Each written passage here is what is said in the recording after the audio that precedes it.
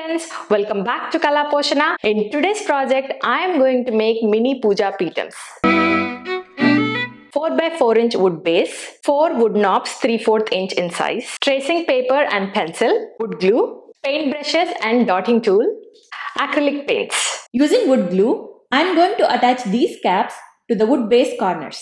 Now, I painted the wood base with acrylic paints. I always add at least 2 coats of paint and let it dry completely. Place this tracing paper on top of this wood base. Place the design on top of the tracing paper.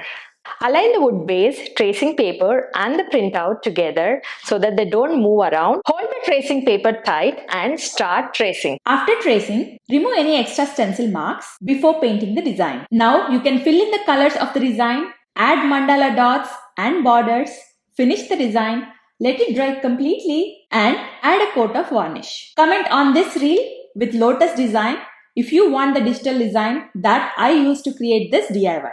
Final reveal of my Pooja Peetam project. Using a digital printout, you can easily create this design at home. I hope you guys enjoyed watching this beautiful DIY project. If you like this video, please give it a big thumbs up, share it with your friends and family. Thank you very much for watching.